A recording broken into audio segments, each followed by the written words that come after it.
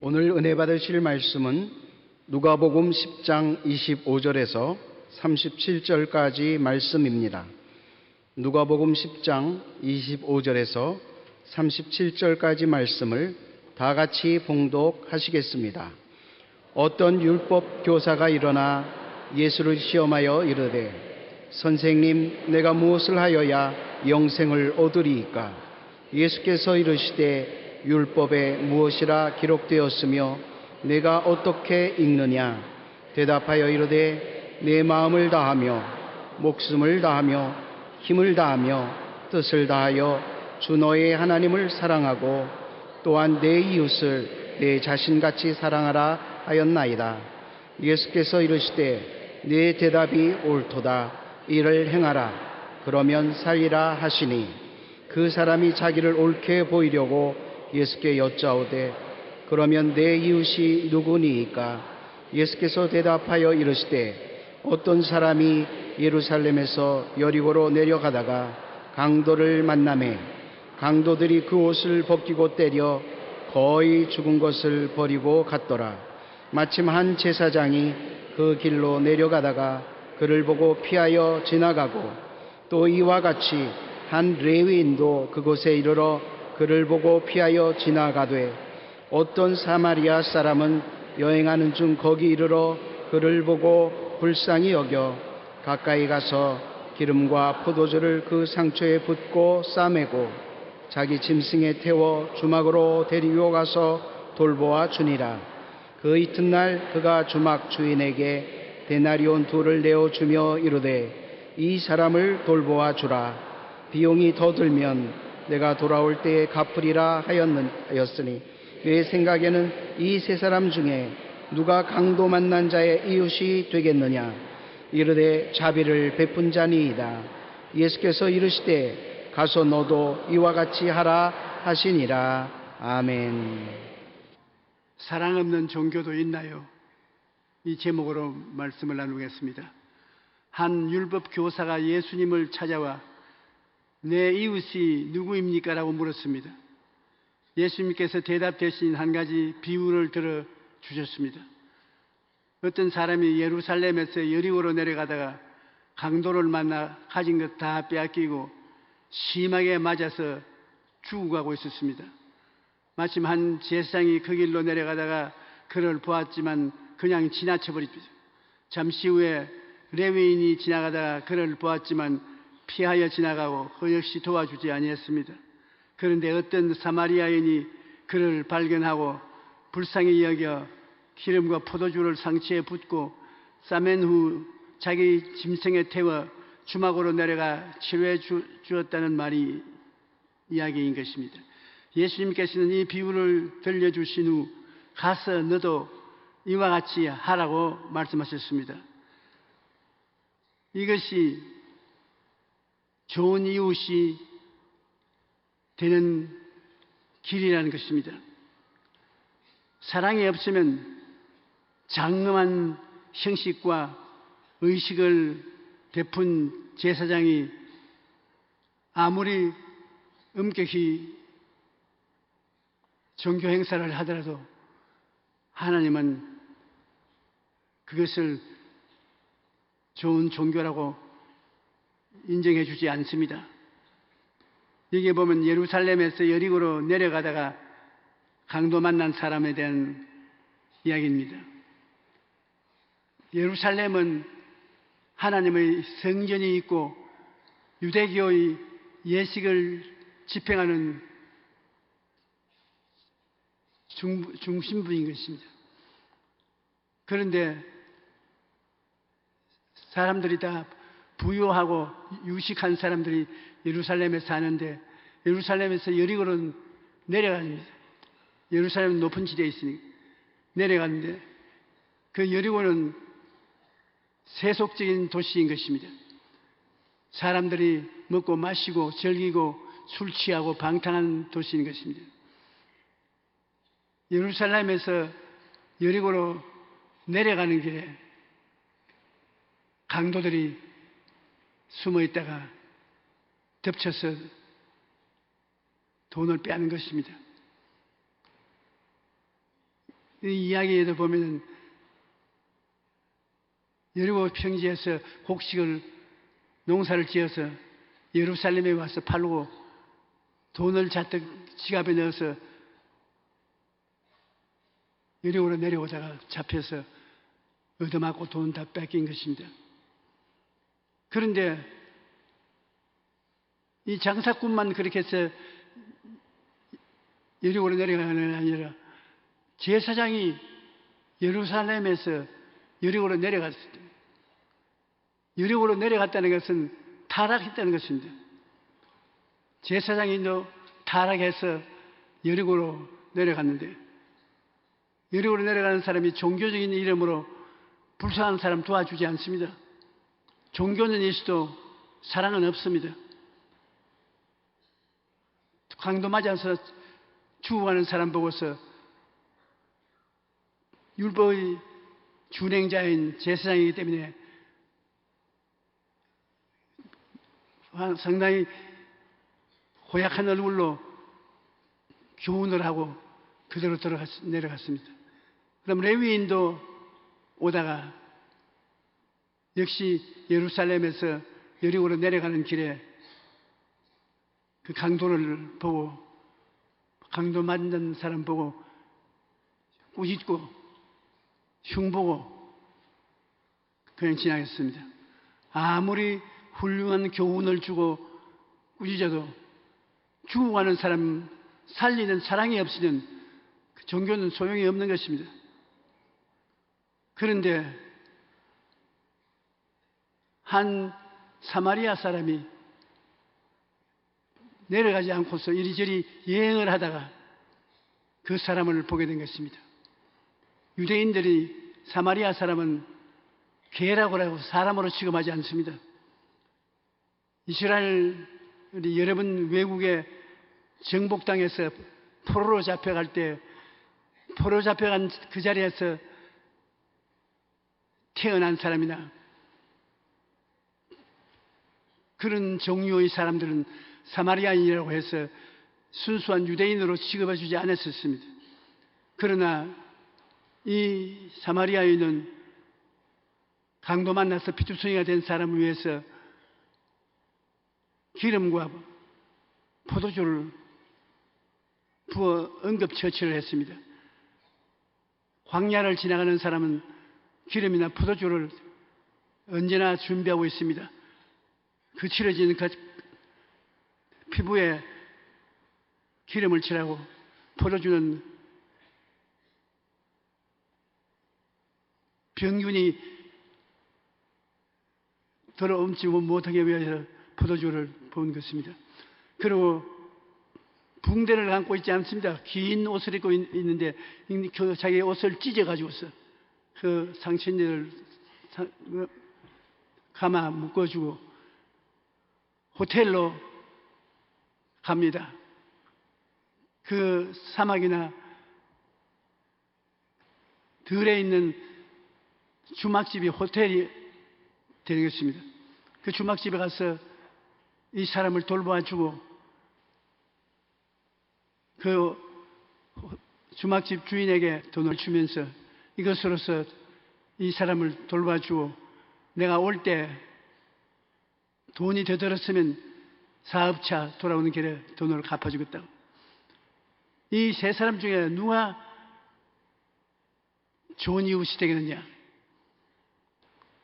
말할 필요 없이 선을 행한 사람이 좋은 이웃입니다.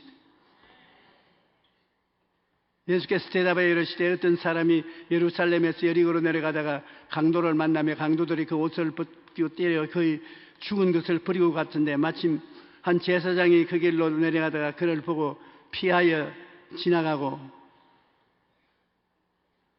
레위인도 그곳에 이르러 그를 보고 피하여 지나가고 오직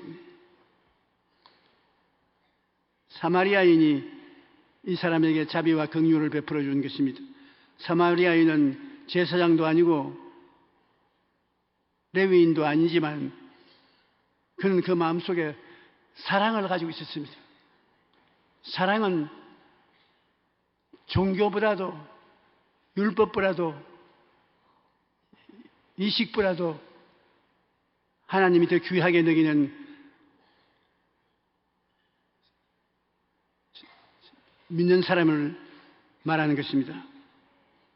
어떤 사마리아 사람이라는 건 특별히 유명한 사람도 아닌데 우연히 내려왔다가 말이 없어 그저 강도 만난 사람 곁을 지나다가 그 상황을 보고 상체에 기름 포도주를 붓고 짐승에 태워 주막집에 입원을 시키고 치료비 일부를 주면서 집 주인에게 잘 돌봐주기를 부탁하고 비용이 더 들면 돌아온 길에 갚겠다고 말한 것입니다.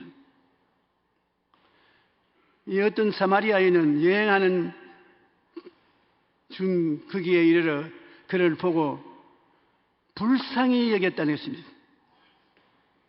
꾸짖지도 않고 교훈도 하지 않고 이미 얻어맞아 피투성이가 되어 쓰러진 사람 보고 꾸짖어봤자 무슨 소용이 있겠습니까? 종교적인 교훈을 한들 그 교훈이 그 사람 살리겠습니까? 먼저 살려놓고 보아야 되는 것입니다.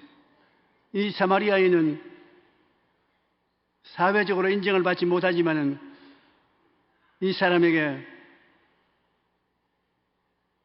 불쌍히 여기는 마음으로 돌봐준 것입니다. 오늘날 예수님께서 이 교훈의 말씀을 하는 것은 우리가 이 세상에 율법주의자가 올바른 신앙을 한다, 레위인 같은 의식주의자가 올바른 신앙생활을 한다,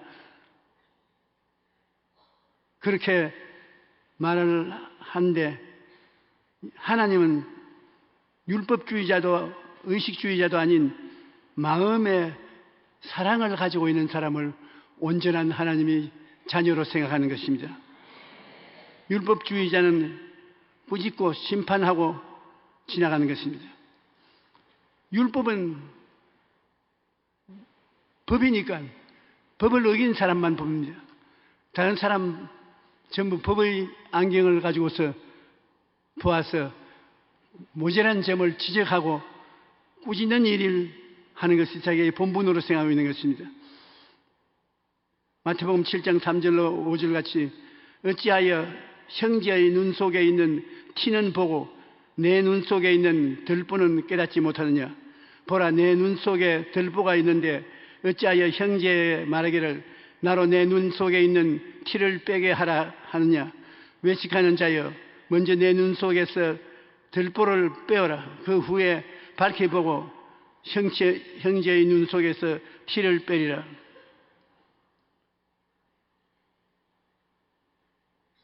하나님께서 율법주의자를 대단히 꾸짖는 이유는 율법을 자기가 가지고 다른 사람을 평론하기 때문에 그렇습니다. 자기가 잘났고 상대방은 나쁜 사람이라고 온갖 결점을 다 드러내고 율법을 사용해서 위협을 가하는 것이 율법의 행위인 것입니다. 그러므로 율법은 자기를 살피지 아니하고 이웃을 살피고 꾸짖는 것이 율법주의자인 것입니다. 하나님은 이 율법주의자를 대단히 미워하는 것입니다. 의식주의자는 성전의 의식을 잘 지키고 행하는데 주력을 다하고 있습니다. 요사이에도 형식주의 신앙 주일 교회 열심히 나가고 교회에서 행하는 모든 행위는 다 따라서 해야 돼. 자기 잘났다고 생각하고 자기를 존경하고 이웃을 무시하는 형식주의자인 것입니다. 내용이 없는 신앙생활을 하는 사람, 이런 사람은 레위인에 속한 것입니다. 이 사람도 강도 떼들을 만나 의제마다 죽어가는 사람을 비난만 하고 도와주지 않았습니다. 율법주의자, 이식주의자들은 내용이 없는 신앙을 가지고 있는 것입니다. 그러나 사마리아인은 내용이 있는 신앙을 가지고 있는 것입니다. 그는 제사장이 될 수 없습니다. 레위인도 안 됩니다. 사람들은 그 제사장이나 레위인을 인정해 주지 않습니다. 그러나 그는 불쌍히 여기는 마음을 가지고 있는 것입니다. 하나님이 종교의 내용으로 보는 자비한 마음인 것입니다. 하나님께서는 형식과 의식을 중요하게 여기지 않습니다. 형식과 의식 속에 있는 사랑을 원하시는 것입니다. 로마서 13장 8절에 보면 피차 사랑의 빛 외에는 아무께든지 아무 빛도 지지 말라. 남을 사랑하는 자는 율법을 다 이루었느니라. 사랑하면 율법과 의식을 다 이루은 것이 됐다는 것입니다. 로마서 13장 10절에 보면 사랑은 이웃에게 악을 행하지 아니하나니 그러므로 사랑은 율법의 완성이니라. 사랑하면 율법이 다 이루어진 것이라는 것입니다. 사랑하지 않고 율법을 가지고서 평론만 하면 그것은 종교가 타락한 것이 되고 마는 것입니다. 하나님께서는 훌륭한 설교, 천사 같은 웅변, 탁월한 지식, 위대한 지도력을 가진 사람도 사랑이 없으면 위선자요, 꽹가리 소리에 불과하다고 대단히 음한 판단을 하시는 것입니다. 우리는 훌륭한 설교를 하고 천사 같은 웅변을 하며 탁월한 지식을 가지고 위대한 지도력을 발휘하면 대단한 인물로 생각하고 존경하지만 하나님은 내용이 사랑이 없으면 그것은 위선적인 것이라고 말하는 것입니다. 고린도전서 13장 1절에 내가 사람의 방언과 천사의 말을 할지라도 사랑이 없으면 소리나는 구리와 울리는 꽹가리가 된다. 그러니 우리의 신앙생활은 항상 내용이 있는 삶을 살아야 되는 것입니다. 자비와 사랑이 있는 삶을 살아야 하나님이 인정하는 신앙이 되는 것입니다. 예언하는 능력이 있어 모든 비밀과 지식을 알고 산을 옮기려 하는 믿음이 있어도 사랑이 없으면 아무 가치가 없다. 사람을 소개할 때 보면 어느 대학을 나오고 어느 대학에서는 석사 학위를 받고 어느 대학에서는 박사 학위를 받고 그 경력을 보면 대단합니다. 그런데 사랑이 없으면 하나님께서는 제로, 아무 가치도 없다. 무용지물이라고 그렇게 말씀하는 것입니다. 고린도전서 13장 2절에 내가 예언하는 능력이 있어 모든 비밀과 모든 지식을 알고 또 산을 옮길 만한 모든 믿음이 있을지라도 사랑이 없으면 내가 아무것도 아니요.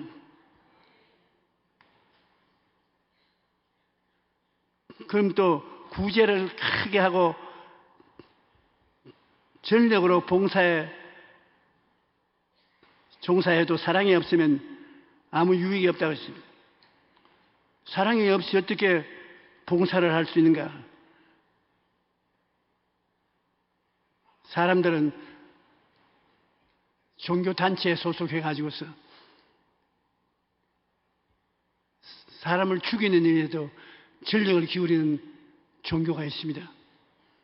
요사이 중동에서 일어난 종교가 자기들의 뜻을 이루기 위해서 사람을 죽이고 폭력 행사를 하는 것입니다. 사랑이 없이 폭력 행사로 두려움을 가지고 사람들을 설득시키려고 하는 것은 아무 의미가 없습니다. 고린도전서 13장 3절에 내가 내게 있는 모든 것으로 구제하고 또 내 몸을 불살하게 내어줄지라도 사랑이 없으면 내게 아무 유익이 없느니라. 사랑이 갖지 않고서 단체와 사람들의 모임에 소속되어서 사람들을 죽이고 불안과 고통을 가져오는 운동이 많이 있습니다. 그것을 하나님께서는 인정하지 않습니다. 참 사랑의 모범은 하나님이 세상을 이처럼 사랑하사 독생자를 주었으니 누구든지 저를 믿으면 멸망하지 않고 영생을 얻으라.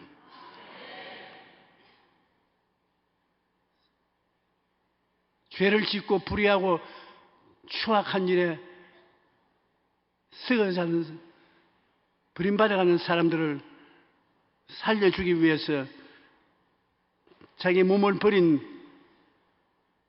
그 사랑은 참 사랑인 것입니다.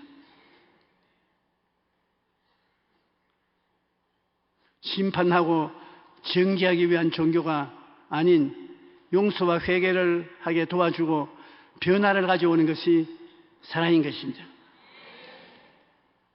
자꾸 남의 흉보고 남을 얕잡아보고 남의 잘못을 욕하고 자기가 대단한 신앙인 같이 행동하는 사람이 있는데 그것은 종교적인 형식만 있지 하나님이 인정하는 것은 아닙니다.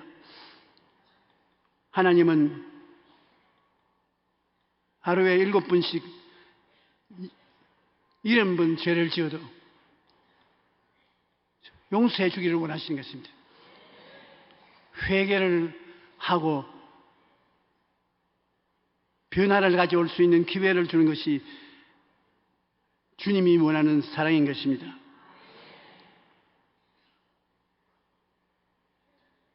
여러분, 우리 예수 믿는 사람들이 다른 것과 다른 것은 주님께서도 내가 세상을 심판하러 온 것이 아니라 세상을 구원하러 왔다고 하는 것이 있습니다. 그러므로 죄인을 잡으면 정죄하고 죽이는 것이 아니라 어찌하든지 제2의 기회를 주기를 원하시는 것이 하나님 것입니다. 하나님은 기회를 주는 하나님이신 것입니다. 할 수만 있으면 재생의 기회를 줘요. 다시 한번 시작해 보는 것. 성경에 보면 가늠하다가 현장에서 잡힌 여자가 성전에 끌려와서 예수님 발 앞에 내동댕이 침을 당하고 그를 잡은 사람들이 모세의 율법에는 가늠하다가 잡힌 자를 돌로 쳐 죽이라고 했는데 당신은 어떻게 하겠나이까? 이 세상 사람들은 남의 결점을 정지하고 심판해서 죽이고 결과를 버림받게 만드는데 예수님이 하시는 말씀 보십시오. 예수님께서는 허리를 굽혀서 손가락으로 뭐를 서기시 하는 것입니다. 어깨 너머로 그를 본 사람들이 돌을 넣고 그대로 다 도망을 쳐버린 것입니다. 예수님이 틀림없이 저들의 감추인 죄를 손가락으로 적었으면 틀림없다고 생각합니다. 이 여자를 죽이기 위해서 돌로서 때린다면 그 다음 자기가 먼저 돌에 얻어맞아야 될 것으로 알고 도망을 친 것입니다. 예수님께서 나중에 그 여자를 보고 여자여 고개를 들어보라. 너를 정죄하는 자가 있느냐? 없습니다. 예수님이 나도 너를 정죄하지 않으니 집에 가서 다시는 죄를 짓지 마라.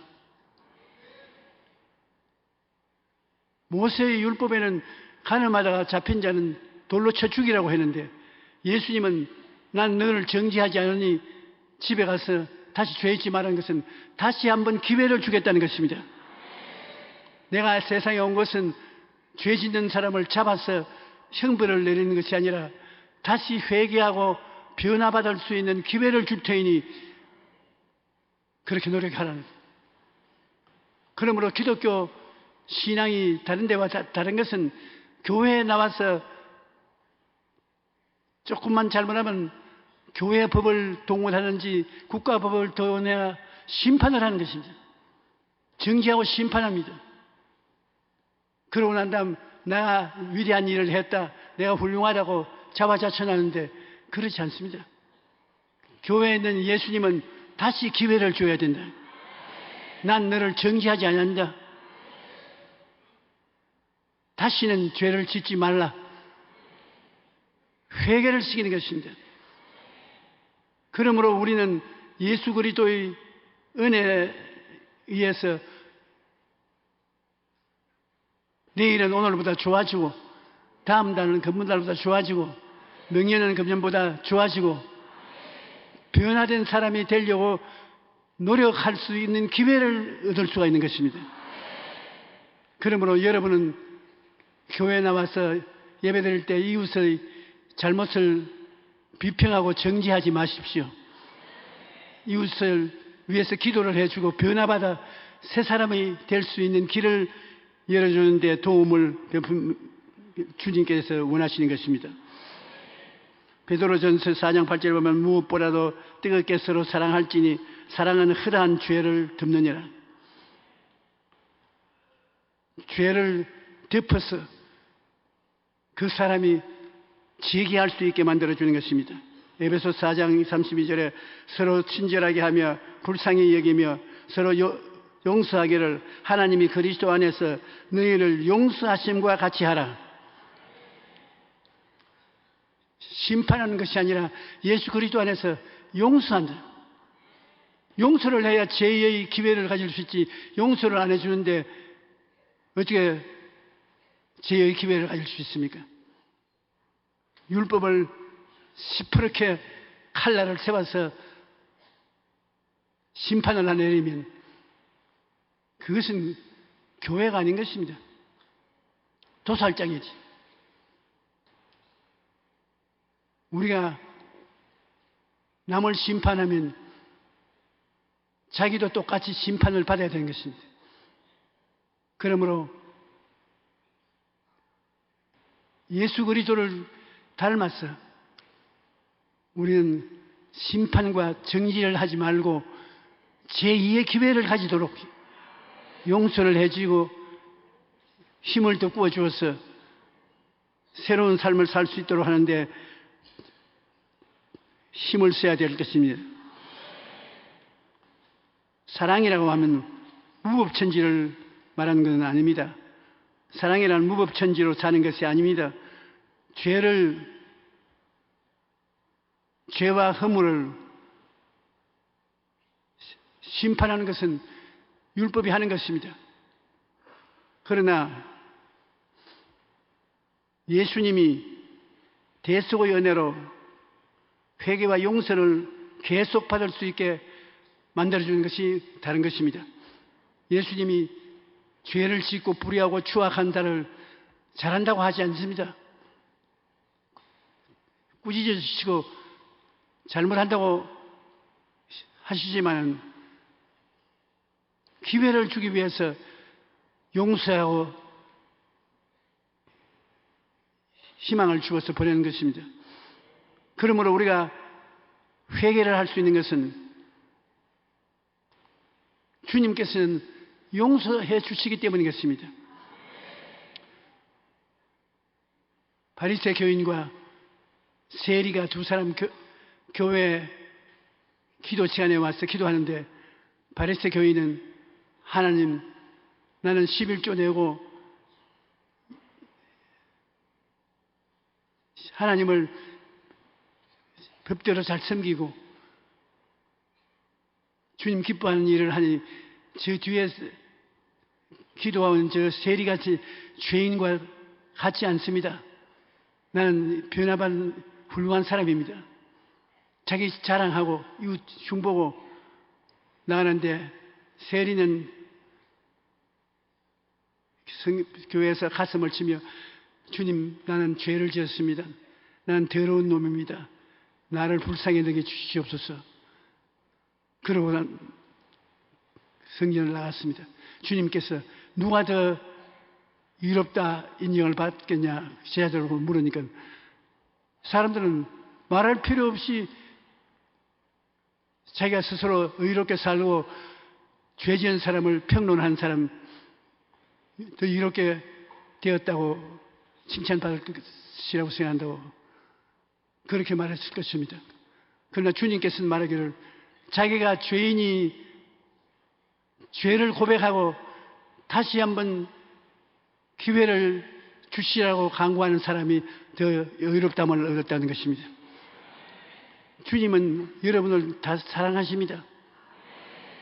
여러분이 하루에 7번씩 70번 죄를 지어도 용서를 받고 재개할 마음만 있으면 주님은 살려주시는 것입니다. 용서받아 재개할 힘이 없는 사람은 주님이 돌볼 수가 없습니다. 예수님 십자가에 못 박여 죽으시는데 우편 강도 좌편 강도 그 강도는 국법으로도 무슨 죄를 지어서 십자가에 못 박혀 죽는 형벌을 당하고 있는데 그 중에 한 사람이 주님 우리는 평생 죄를 지었으나 주님은 지은 죄가 없는 하나님의 아들인 줄 믿습니다. 주님의 나라에 임할 때 나를 기억해 주시옵소서. 기회를 한번 달라고 말을 했습니다. 그는 예수님이 기회를 주시더라도 나무에 매달려서 내려올 수 없습니다. 주님께서는 이 사람이 국가의 법에 의해서 형벌을 했기 때문에 정죄당하여 지금 심판받아 죽고 있는데 주님이 기회를 주신 것입니다. 너는 나와 함께 낙원에 있을 것이다. 참 우리가 생각할 때는 공평치 못하게 생각이 되는 것입니다. 일평생을 죄를 짓고 고통을 가져오다가 십자가에서 마지막 죽는 순간에 주님께 고백하고 용서를 구하여서 용서부터 받고 구원을 받는 것을 볼 때 너무하다 싶지 않습니까? 그러나 하나님의 세상을 이처럼 사랑하사 독생자를 주신 이유는 독생자가 인생의 죄악을 다 짊어지고 자기가 고통을 끝까지 당하고 청산했기 때문에 회개하고 재개하기 위해서 일어선 사람이 죽게 나오면 주님은 절대로 버리지 않는다는 것입니다. 한없는 사랑으로서 주님 받아주시는 것입니다. 희망이 없는 사람은 버림받은 사람이지만 아무리 죄악이 환영한 곳에 살더라도 희망을 가지고 앞으로 나가기를 바라는 자는 주님 끝까지 밀어주고 도와주는 것입니다. 우리는 이 땅에 살면서 어찌하는지 주님의 은혜를 받아서 변화를 받게 되기를 주님의 이름으로 축원합니다.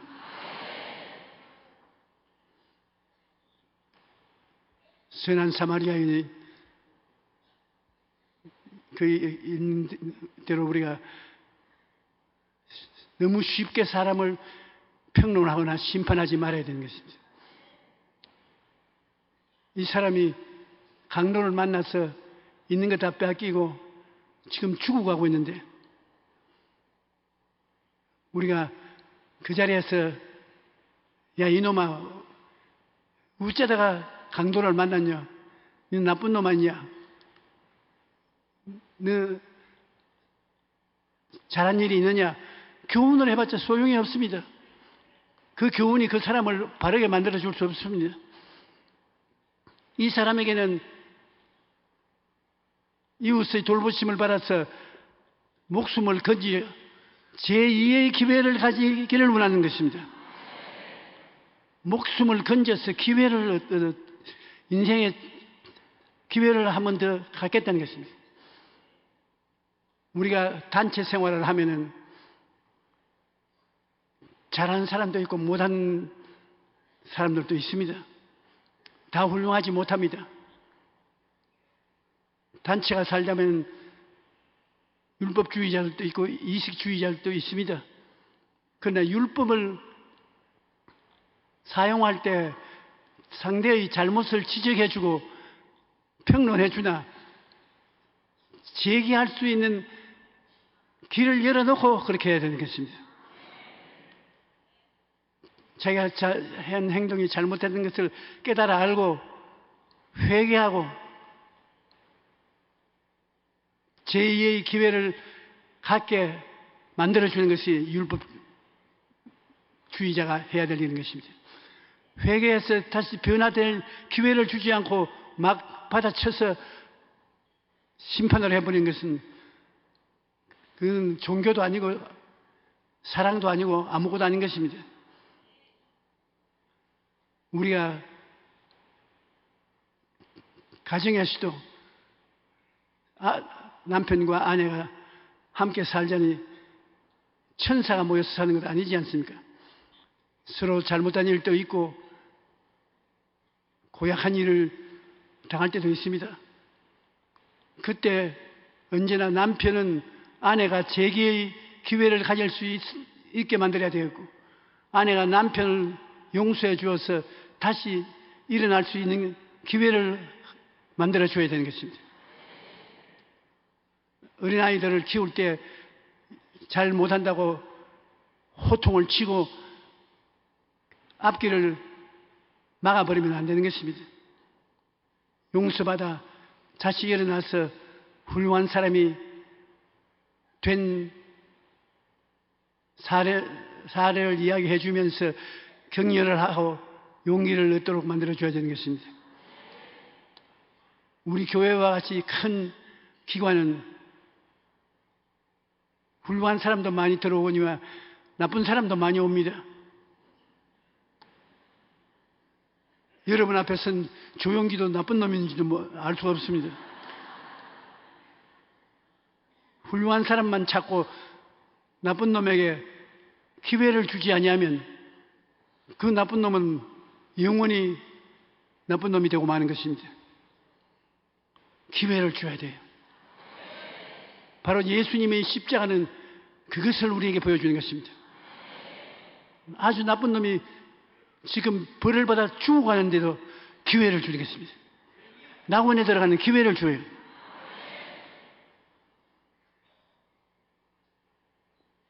그것을 바라보고 나쁜 놈들이 서로 와서 십자가에 못 박이려고 하지는 않을 겁니다. 예수님께서는 성령으로 여러분 생애 속에 잘못된 것을 지적해서 꾸짖을 때가 있습니다. 그러나 여러분 언제나 알 것은 주님, 날 좀 밀어주십시오. 나도 일어나서 주님을 따르는 훌륭한 사람이 되겠습니다. 그럼 주님이 그래 그 말 듣기를 원해서 내가 너를 꾸짖은 것이다. 그렇게 말씀하는 것입니다. 그렇기 때문에 여러분 모두 다 가능성을 가지고 있는 것입니다. 나아질 가능성을 가지고 있기 때문에 그러므로 하나님께서 아무도 버리지 않는 이유가 거기에 있는 것입니다. 사람은 재기해서 새 사람이 될 수 있는 기회가 있습니다. 하나님은 세상 사람들이 그 기회를 가지고 있는 것을 알기 때문에 어찌하든지 그 기회를 주려고 애를 쓰는 것입니다. 내 눈에 있는 대들보는 못 보고 눈에 티가 있는 이웃을 정죄하느냐, 화장하게 말씀한 것이지만 내 눈에 대들보 같은 잘못을 가지고 있으면서 조그마한 잘못을 가지고 있는 이웃을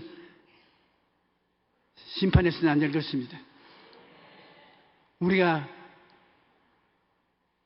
모여서 심판을 할 때는 언제나 희망을 주는 심판을 해야 되는 것입니다.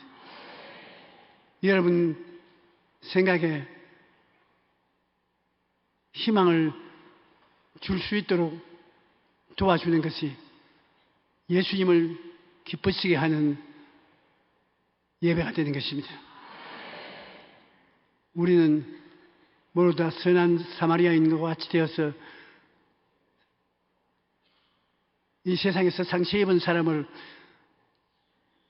교회로 잘 이끌어서 돌봐주어서 재기할 수 있는 사람들이 되도록 그렇게 만들어 주십시다.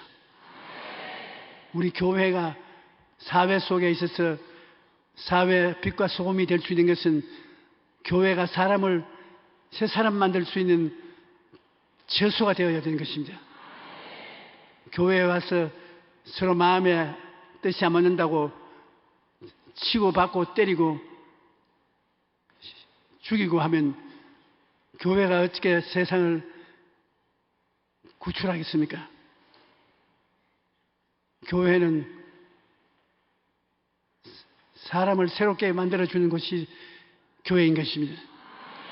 그러므로 성령께서 교회에 계신 것은 여러분을 변화시키는 능력이 되기 위해서 계신 것입니다.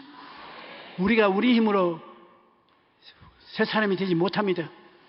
제의 기회가 있으면 하나님이 성령이여 내 속에 들어오셔서 나를 변화시켜 주시옵소서 기도해서 성령이 여러분을 변화시켜 주신 것입니다. 성령이 여러분에게 사랑을 주시고 믿음 주시고 소망 주시고 은혜를 베풀어 주셔서 여러분이 하나님 앞에 기쁨을 드리는 사람으로 변화가 되어 주는 것입니다. 우리는 보혜사 성령님이 오늘 여러분 속에 들어오기를 원하고 기다리고 있으므로 성령을 인정하고 환영하고 모시드리고 의지하며 성령님을 경배하고 믿고 따라 나가면 성령은 여러분을 결코 변화시켜서 새 사람을 만들어 주시는 것입니다. 내 힘과 능력으로 되지 않은 것을 성령은 되도록 만들어 주시는 것입니다. 우리 기독교는 그 때문에 인간적인 힘으로 좋은 사람 만드는 것이 기독교가 아닌 것입니다. 우리가 회개하고 성령을 모시드리면 성령이 여러분을 변화받게 만들어 주는 것입니다.